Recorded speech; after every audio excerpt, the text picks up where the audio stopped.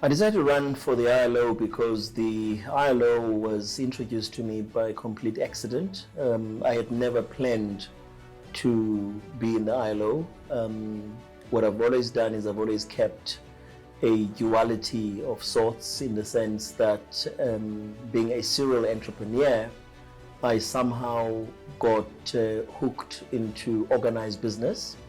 And throughout the years, certainly for the last 18, 19 years, I've always been involved in business, but at the same time being involved with organized business. And then throughout my leadership positions that I've been very fortunate to occupy within organized business, I ended up representing South Africa and the southern developing countries and Africa ultimately on the governing body of the International Labour Organization, the ILO. My involvement with the ILO and of course the International Organization of Employers that I ended up being vice president of, a role that has never been occupied by an African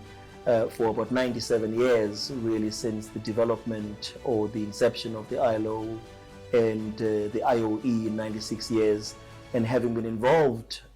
with the IOE and the ILO as the global spokesperson for all employers in the world. It came to me that I was approached really on a few occasions to think about being a candidate for the ILO DG position. I of course had to internalize this, think about it, process whether this is what I want for me. Not because I would not think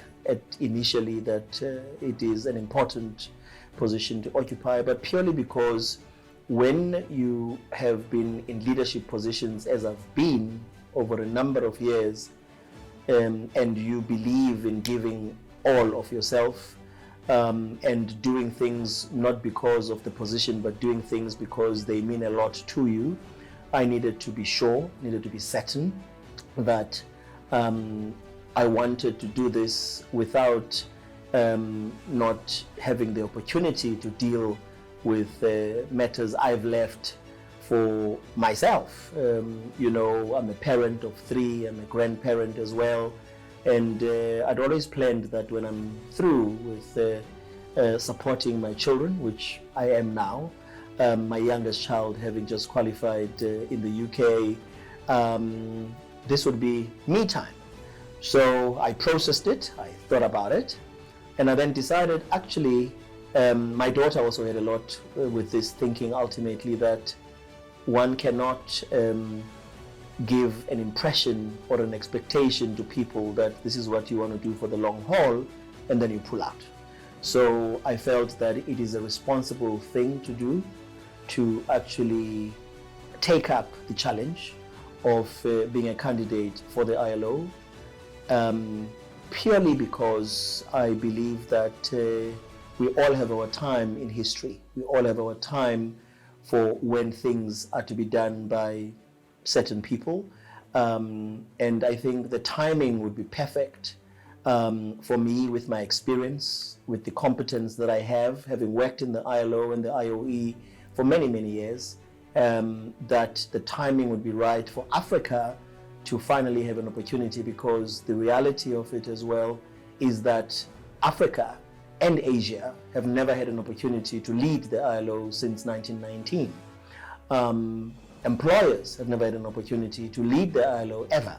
So a combination of the two, in addition to the fact that I have probably the best experience, I would say, for this position, I decided that I would do it. And I would do it really for a number of reasons. The main reason, I think, for me would be that every organization at some stage needs some kind of a renewal. Every organization at some stage needs somewhat of a repositioning.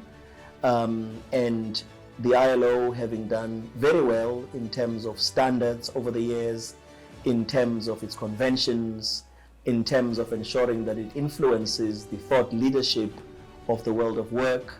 would still need, though, some kind of repositioning in terms of, I would say, enhancing what it already has, and just ensuring that we continue to be a relevant organization, that the youth of the world, people who sit outside the fringes of the governance of the ILO, are able to see its relevance. The second reason, of course, is that with repositioning, you also need to be cognizant that there are people who are not necessarily on the same level with where an organization should be. So you also need an element of what I would refer to as crossover appeal, which is an appreciation and a sensitivity of diversity, a sensitivity to the difference that we all have. A global organization that caters for 5 regions, 187 members, needs, I think, a person who would have that sensitivity. I believe I have that sensitivity. I believe that I have an appreciation that we're not all the same. I have an appreciation that some people need to be handheld somewhat, but it doesn't mean that one should not be decisive. As a leader, I've learned to be decisive. But thirdly, the COVID that has come unannounced to all of us, to the whole world, in its devastation, the pandemic has also had some opportunity areas, because it has revealed and exposed pre-existing flaws in our social structures, pre-existing flaws in our socio-economic structuring of doing things, making sure that we are able indeed to go beyond rhetoric in providing the leadership, in providing employment creation, in providing employment retention, in providing an atmosphere that I would think, from the point of view of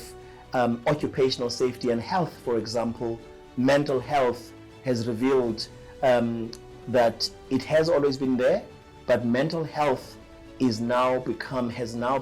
a huge issue that the ILO needs to, amongst other things, look at with a different eye during the COVID, post-COVID, and as we try and navigate the future of work and how the future of work should be embraced by all of us as it changes its face going into the future.